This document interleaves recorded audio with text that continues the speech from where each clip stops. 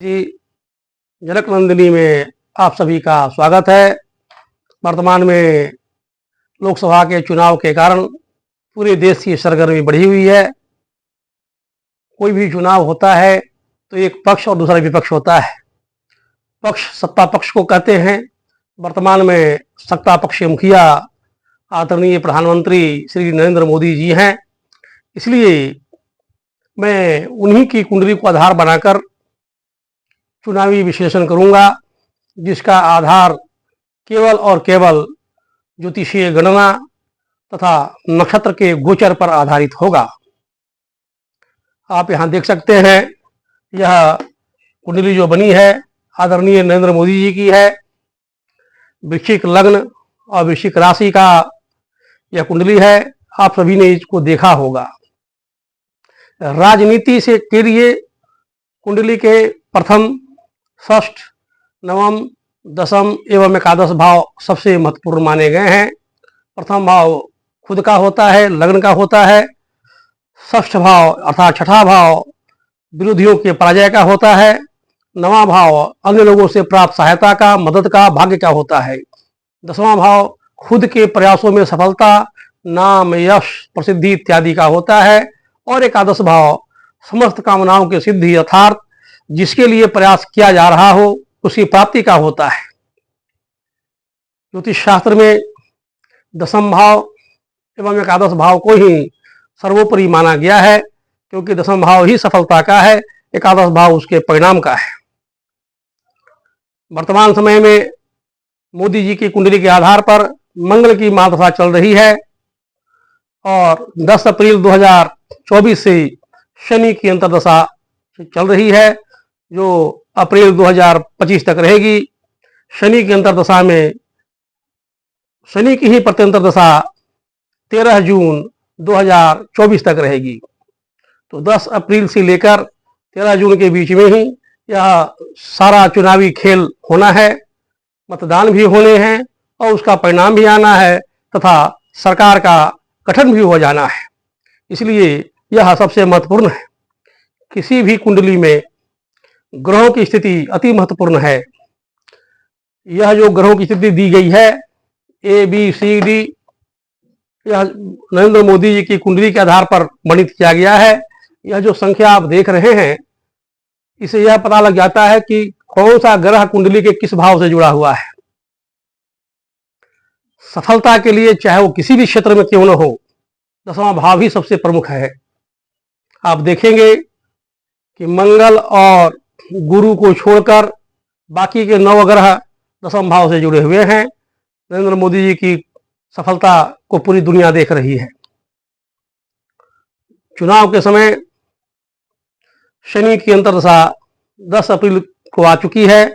शनि के सामने आप देखेंगे तो दसम भाव ABC 100%, 75% और 50% दसम भाव शनि के द्वारा निर्धारित हो रहा है।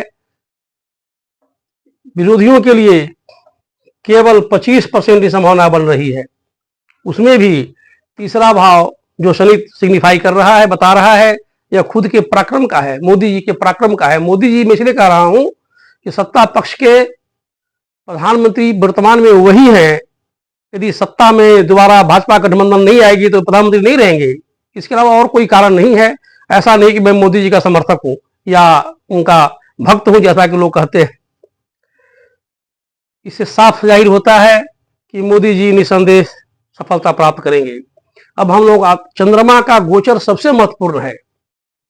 आज क्या होगा, कल क्या होगा, अगले 9 दिनों में क्या होने वाला है, यह चंद्रमा का गोचर निर्णय करता है, दशा निर्धारित नहीं करती। मान लेते हैं कि शनि की अंतर्दशा प्रत्यंतदशा बहुत अच्छी है, मंगल की भी दशा बहुत अच्छी है, क्योंकि इसमें छठा भाव ऑपरेट हो रहा है।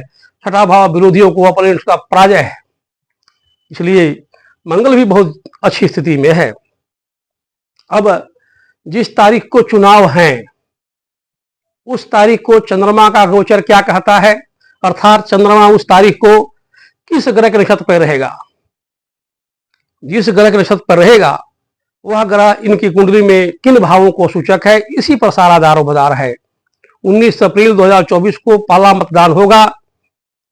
उस दिन चंद्रमा सुबह 10:56 तक केतु के नक्षत्र पर है, उसके बाद वह शुक्र नक्षत्र पर चला जाएगा जो लगभग 24 घंटे तक रहेगा।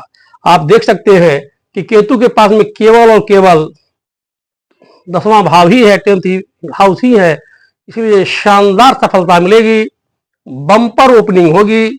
19 तारीख को जो भी मतदान होंगे, आप जो ज्योतिष में जिज्ञासा रखते हैं आप देख लेंगे, उस दिन जितने भी सीटों पर चुनाव होगा उसमें मोदी जी को नॉट लेस देन 80% वोट पड़ेंगे, अर्थात भाजपा गठबंधन को लगभग 80% वोट पड़ेंगे, यह निश्चित है। क्योंकि 10:56 तक केतु शानदार सफलता दिलाने वाला है, उसके बाद शुक्र चलेगा। शुक्र भी 10 नंबर लेकर के बैठा हुआ है, इसलिए अधिकतर वोट उनको जाएगा ही जाएगा। 26 अप्रैल 2024 को चंद्रमा शनि के नक्षत्र पे रहेगा। शनि इनकी कुंडली में भी 10-10-10 से जुड़ा हुआ है, यह भी शानदार सफलता वाला होगा। अंतर क्या पड़ेगा कि शनि पुरानी बातों को दोहराता है, तो 26 अप्रैल 2024 को जो चुनाव होंगे उनमें से जो सीट भाजपा तथा उसके सहयोगी दल पूर्व में जीत चुके होंगे वे दोबारा 100% जीतने जा रहे हैं। नए सीट अगर उसमें शामिल हो उसमें भी सफलता मिलेगी, लेकिन पुरानी सीटों पर दोबारा वह कहानी दोहराई जाएगी। आप आजमा करके देखेंगे, इसमें 1% से ज्यादा अंतर नहीं पड़ने वाला है। 7 मई 2023 को तीसरे चरण का चुनाव है। उस दिन 3:30 तक केतु पुनः रहेगा, उसके बाद शुक्र चलेगा। तो जो स्थिति 19 अप्रैल को थी वही स्थिति 7 मई को बन रही है। इस दिन भी भाजपा एवं उस गठबंधन का बोलबाला ज्यादा रहेगा, बल्कि बहुत अच्छी स्थिति में रहेगा। 13 मई को सुबह 11:23 तक गुरु की नक्षत्र से चंद्रमा गुजरेगा, उसके बाद शनि के नक्षत्र पे जाएगा। गुरु सफलता के लिहाज से इनकी कुंडली में अच्छी स्थिति में नहीं है, तो 11:23 तक जो भी वोटिंग होगे वह भाजपा नीति गठबंधन के लिए बहुत अच्छा साबित नहीं होगा, अर्थात उस दौरान इनको कम मत मिलेंगे। उसके बाद 11:23 के बाद जैसे ही शनि के नक्षत्र पर चंद्रमा जाएगा, फिर भाजपा नीति गठबंधन के पक्ष में वोट ज्यादा पड़ेंगे। कुल मिलाकर उस दिन लगभग अगर देखा जाए तो 45 और 55 का रेशियो रहेगा। 45% मत जाएंगे विपक्षी के दल को, 55% जाएंगे भाजपा को। 20 मई को चंद्रमा मंगल से गुजरेगा। मंगल के सामने भी 10वां भाव नहीं है, ये अलग बात है कि 6ठा नंबर है, 6ठा भाव विरोधियों का पराजय का है। इसलिए 20 मई को जो चुनाव होंगे उसमें भाजपा नीति गठबंधन को जबरदस्त टक्कर मिलेगी, और उस दिन जो भी चुनाव का सीट का चुनाव होगा उस दिन विरोधी दल भारी पड़ेंगे, मामला उल्टा हो जाएगा। यहां 45 भाजपा रहेगी तो 55 विरोधी रहेंगे। 25 मई को 10:36 तक केतु, और उसके बाद 10:36 तक बुध, और उसके बाद केतु के नक्षत्र पर चंद्रमा जाएगा। बुध इनकी कुंडली में लाजवाब है, मनोकामनाओं की सिद्धि करने वाला है, और केतु तो सबसे श्रेष्ठ है ही। इसलिए जो कमी 20 मई को रही होगी वह 25 मई को पूरी हो जाएगी। इस दिन भाजपा गठबंधन को हुए चुनाव में शानदार सफलता मिलेगी, चतुर्दिक सफलता मिलेगी। 1 जून को चंद्रमा शनि के नक्षत्र पर रहेगा। शनि पुनः इनके कुंडली में शानदार सफलता दिलाने वाला है, तृतीय भाव का भी सूचक है, पराक्रम बढ़ जाने वाला है। यह घोषणा कर रहा है कि 1 जून के चुनाव की समाप्ति के पूर्व ही भारतवासियों को, हम लोगों को या पूरी दुनिया को यह विश्वास हो जाएगा कि मोदी जी धूम धड़ाके के साथ पुनः सत्ता में आने जा रहे हैं। दूसरी जो सबसे महत्वपूर्ण बात यह होती है कि महादशा का स्वामी ही सबसे प्रमुख ग्रह है। इनकी कुंडली में मंगल महादशा का स्वामी है, लेकिन मंगल 10वें भाव से नहीं जुड़ा हुआ है। यह इस बात का सूचक है कि जो मनचाही सफलता मिलनी चाहिए उसके मिलने में कुछ संदेह है। यही कारण है कि आप देख रहे होंगे विपक्षी गठबंधन बना करके इस आशा में लगे हुए हैं कि इस बार मोदी जी को पलट देना है, लेकिन गोचर का मंगल 3 मई 2024 को भाव बदल करके मोदी जी के कुंडली के अनुसार 5वें भाव में आ जाएगा और इनके 5वें भाव का नियंत्रक केतु है। दशा का स्वामी जिस भाव से गुजरता है उस भाव का नियंत्रक कौन है, उप नक्षत्र स्वामी कौन है, उसी पर सारा दारोमदार रहता है। क्यों? क्योंकि उस महादशा के स्वामी को उसी के अधीन कार्य करना होता है। 3 मई से जैसे ही मंगल 5वें भाव में आएगा वह केतु के अधीन काम करने लगेगा और केतु इनकी कुंडली में अद्वितीय है। अद्वितीय केतु से श्रेष्ठ ग्रह केवल और केवल सूर्य है। इसलिए 3 मई के बाद जो भी चुनाव होंगे मोदी जी की सफलता शानदार रहेगी। यह मंगल का गोचर के अनुसार बता रहा हूं। 3 मई के पहले मंगल चतुर्थ भाव में रहेगा। चतुर्थ भाव का नियंत्रक अथवा उप नक्षत्र स्वामी चंद्रमा है। चंद्रमा भी 10 लेकर के बैठा हुआ है, इसलिए वो भी समय अच्छा है। सबसे महत्वपूर्ण बात यह है कि 4 जून को 10:34 पर चंद्रमा सूर्य के नक्षत्र पे आ जाएगा। 4 जून 2024 को सुबह 10:34 पर चंद्रमा सूर्य के नक्षत्र पे आ जाएगा, जो लगभग 24 घंटे रहेगा, अर्थात 5 जून के सवेरे 10-11 बजे तक रहेगा। आप देख लीजिए सुजान भाई लोग,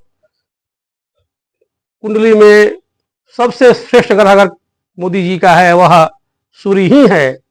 ABCD चारों भाव, चारों तरह के जो स्थिति है 100%, 75, 50 और 25% सारा का सारा अकेले सूर्य लेके बैठा हुआ है। उस दिन गिनती होनी है। आप लोग घड़ी का समय मिला लीजिएगा। 10:34 के बाद जो सीटों का रुझान भाजपा गठबंधन के प्रति बढ़ेगा, लोगों की आंखें चुंधी आ जाएगी।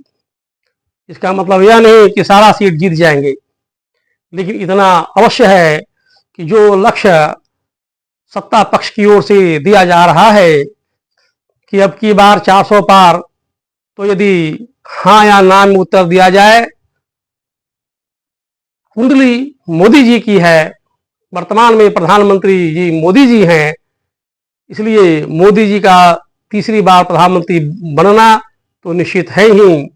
और यदि 400 की बात ही हम करें तो निसंदेह 400 का आंकड़ा भी ये पार कर सकते हैं।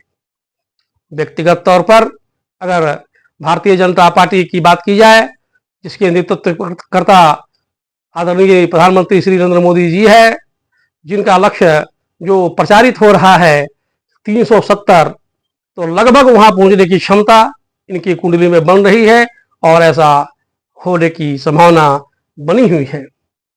तो कुल मिलाकर बात यही है कि इस चुनाव में भी नरेंद्र मोदी जी शानदार, धमाकेदार एवं अद्भुत सफलता प्राप्त करने जा रहे हैं और जो लक्ष्य लेकर के सत्ता पक्ष चल रहा है उस लक्ष्य के पहुंचने के काफी करीब ही रहेगा।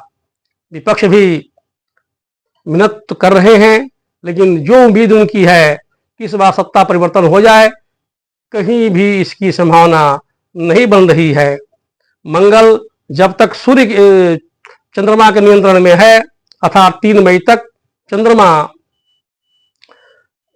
नए नई चीजों को, क्षेत्रों को बताता है, इसलिए जो नए चुनाव के क्षेत्र भाजपा अथवा उनके गठबंधन के सहयोगियों के लोगों को मिला होगा, उसमें शानदार सफलता मिलेगी। केतु हर बात को गुप्त रखता है। 3 मई के बाद जो चुनाव होंगे, उन जिन क्षेत्रों में होंगे उनके मतदाता मुखर नहीं होंगे, वे नहीं बताएंगे कि हम किसको वोट देने जा रहे हैं। लेकिन चूंकि केतु मोदी जी की कुंडली में शानदार स्थिति में है, इसलिए जो मुखर मतदाता नहीं है उसका समझिए कि 80 से 85% मत श्री नरेंद्र मोदी जी के पार्टी को ही जाएगा।